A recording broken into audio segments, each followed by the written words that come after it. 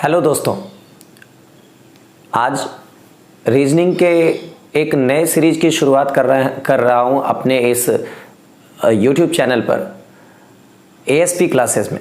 मैं अविनाश सर आप सभी का एक बार फिर से स्वागत करता हूं। आज हम लोग रीजनिंग के सिलेबस के लिए और उनको किस तरह से हम इस चैनल पर एक एक टॉपिक करने वाले हैं और किस तरह से हम लोग उसको प्रैक्टिस करने वाले हैं। क्लासरूम में ही इस तरह से प्रैक्टिस कर ली जाए ताकि हम लोग उसको फ्रैक्शन ऑफ सेकंड में बहुत ही कम समय में जल्दी से जल्दी कर सकें। एग्जामिनेशन में हमारे लिए रीजनिंग में समय बचाना काफ़ी इम्पॉर्टेंट होता है। तो हम लोग एक एक करके हर टॉपिक करेंगे। स्टार्ट करेंगे हमेशा की तरह, मेरे आदत की तरह, शुरुआत में लो लेवल से धीरे धीरे स्टेप बाय स्टेप हम लोग आगे बढ़ते जाएंगे और टॉप लेवल तक के क्वेश्चंस करेंगे। आज हम लोग बात करेंगे कि रीजनिंग होता क्या है।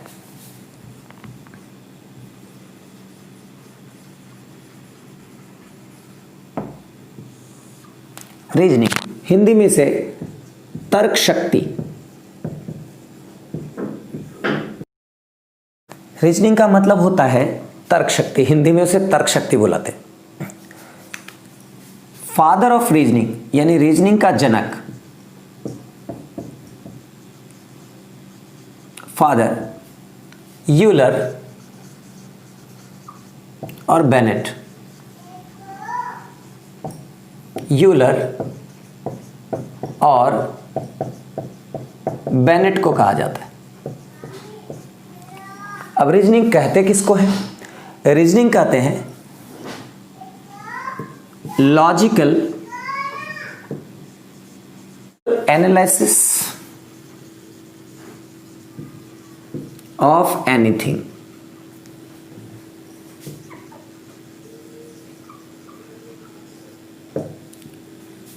लॉजिकल एनालिसिस ऑफ एनीथिंग, किसी भी चीज का तार्किक विश्लेषण ही रीजनिंग कहलाता है।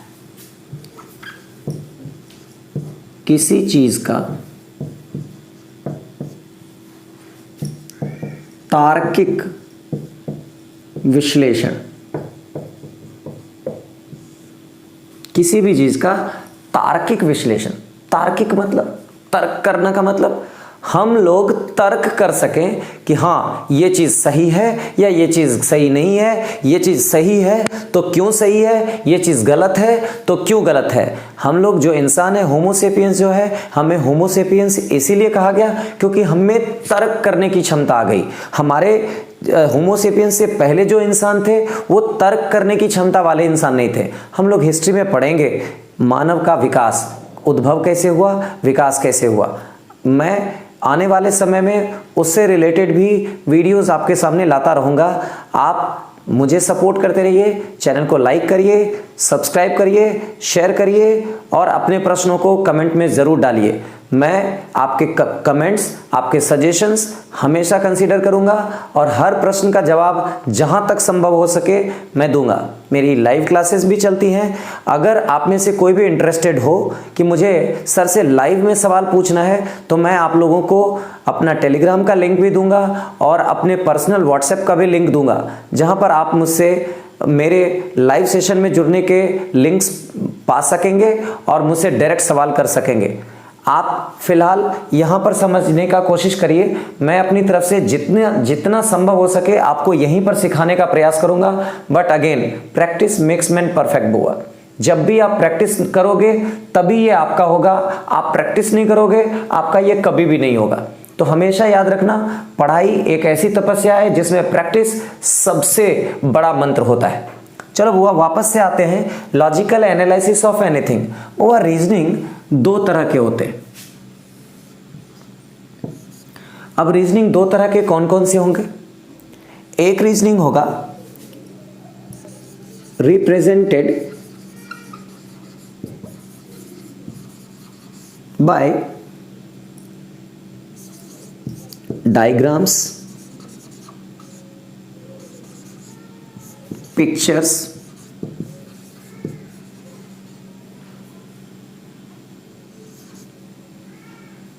डायग्राम्स और पिक्चर्स। ऐसे रीजनिंग जिनको डायग्राम या पिक्चर के माध्यम से ही दर्शाया जा सके, उसमें हम लोग वर्ड्स, लेटर्स और अक्षर का प्रयोग या वाक्य का प्रयोग नहीं कर सकते। और दूसरा जो पार्ट होगा जिसमें होगा रिप्रेजेंटेड बाय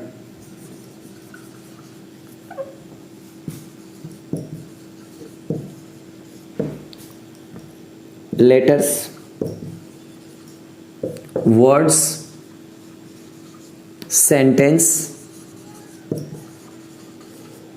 नंबर्स एटसेट्रा, अर्थात जिसको हम लोग पढ़ सके,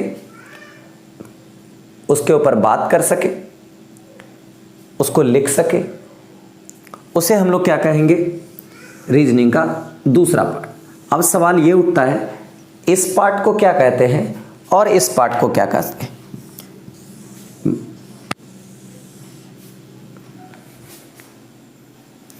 इस पार्ट को बउआ हम लोग कहेंगे नॉन वर्बल,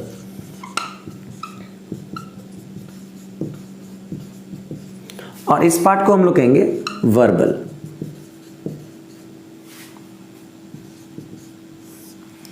तो हम लोग आने वाली क्लासेस में दोनों ही डिपार्टमेंट के रीजनिंग्स को कवर करेंगे। क्योंकि एसएससी रेलवे में ज़्यादातर पार्ट आपके वर्बल के होते हैं, तो इस पर थोड़ा विशेष ध्यान देना होगा। हालांकि नॉन वर्बल पार्ट सिर्फ एसएससी रेलवे में ही पूछे जाते हैं ज़्यादातर, बैंक में ये लगभग ना के बराबर अब हो गया है। तो अब आप कह सकते हो कि हम सबसे पहले इस वर्बल पोर्शन को देखेंगे और फिर नॉन वर्बल को भी देखेंगे। कुछ ऐसे रीजनिंग है जिसको हम दोनों कैटेगरी में रख सकते हैं, जैसे कि डाइस में पिक्चर्स भी होते हैं और उसमें नंबर्स, लेटर्स का भी इस्तेमाल किया जा सकता है, सिंबल्स का भी इस्तेमाल होता है। तो हम लोग देखते हैं कि कौन कौन से चैप्टर को हम लोगों को पढ़ना है। बउआ मैं इसको मिटा रहा हूँ, आप सब लोग चाहो तो इसे कहीं अपने रफ शीट पे या अपने फेयर कॉपी पर नोट डाउन कर लेना। अब तक हमने क्या देखा, लॉजिकल एनालिसिस रीजनिंग को किसको कहते हैं, logical analysis of anything is called reasoning.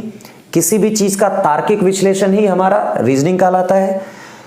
ये दो पार्ट में बटे हुए हैं, नॉन वर्बल और वर्बल। नॉन वर्बल किसको कहेंगे, तो ऐसे रीजनिंग जिसको रिप्रेजेंट किया जाए किस चीज से, डायग्राम से, पिक्चर से, जबकि वर्बल पार्ट को लेटर से, वर्ड से, सेंटेंस से, नंबर से इत्यादि चीजों से सूचित किया जाता है या दर्शाया जाता है।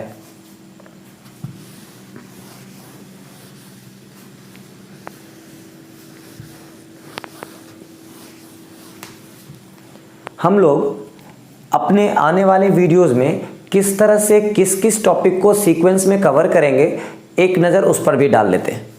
वो सबसे पहले हम लोग पढ़ेंगे पहला चैप्टर डाइस, जिसे हिंदी में पासा कहा जाता है। इसके बाद हम लोग जो दूसरा चैप्टर इसमें पढ़ने वाले हैं, उस चैप्टर का नाम होगा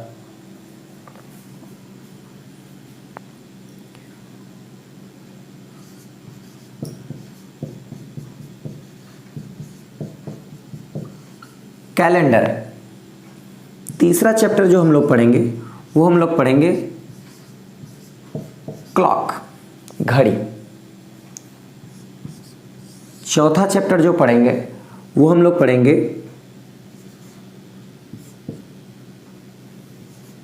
सिलोजिज्म। हिंदी में इसको न्याय निगमन के नाम से जानते हैं।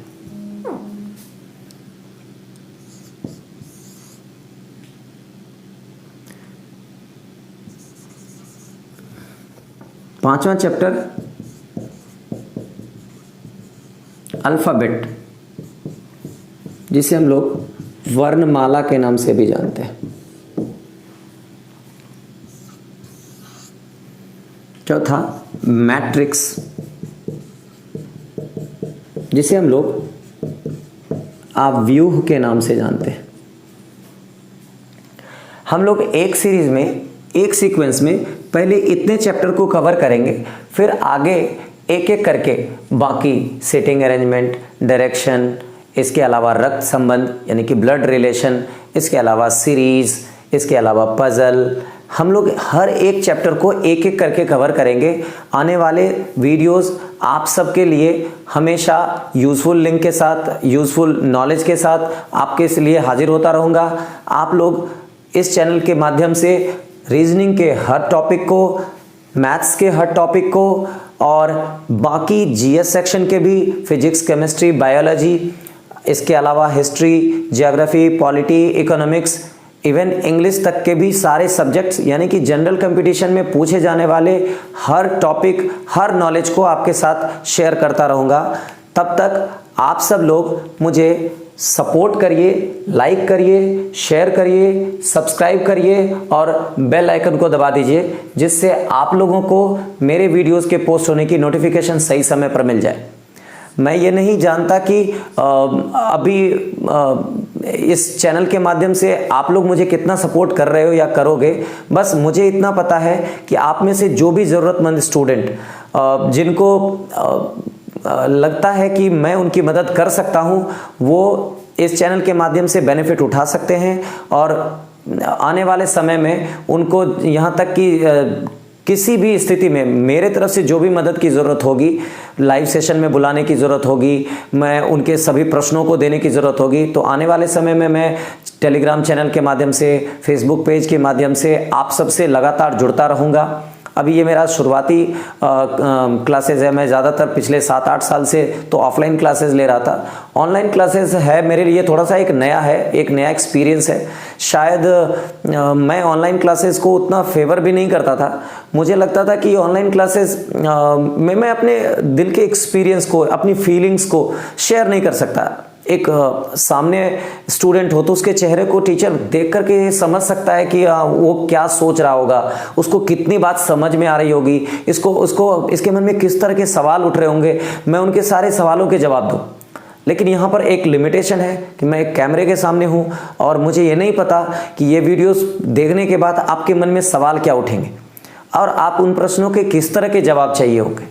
इससे आपके मानसिक विकास में थोड़ी बाधा तो जरूर होगी, लेकिन मेरी पूरी कोशिश होगी कि आने वाले समय में आप लोगों को इस तरह की क्लासेस अवेलेबल कराऊं ताकि आपके सामने की जो ये छोटी छोटी बातें हैं, वो छोटी छोटी प्रॉब्लम्स हैं, वो आप मुझे एक भाई समझ के, एक दोस्त समझ करके, एक फैमिली मेम्बर समझ करके आप मुझसे खुल के बात करो। तो मैं वो भी मौका दूंगा, जल्दी ही दूंगा। मैं YouTube पर लाइव नहीं आऊँगा, लेकिन हाँ, मेरी लाइव क्लासेस के लिंक्स आप सब में से जो भी मुझे पसंद करोगे मैं समय समय पर देता रहूँगा। हम लोग अपने, आज चूँकि मैंने सिर्फ बेसिक सी बात की कि रीजनिंग क्या होता है और ये मेरा एक ट्रायल वीडियो था, तो मैं अगले वीडियो के साथ आप लोगों को पहले चैप्टर डाइस के साथ मिलूंगा, जिसमें मैं आपको डाइस की थ्योरी भी बताऊंगा और बहुत सारे क्वेश्चंस क्लासरूम में करवाऊंगा, जिसके बाद आप खुद भी ये महसूस करोगे कि ये चैप्टर आप सीखे या नहीं सीखे। साथ बने रहिए, stay tuned with ASP classes. कोशिश करूंगा कि आप सब लोग बहुत अच्छा सीखो, स्माइल करते रहो, खुश रहो, सेफ रहो, stay home, stay safe and take care.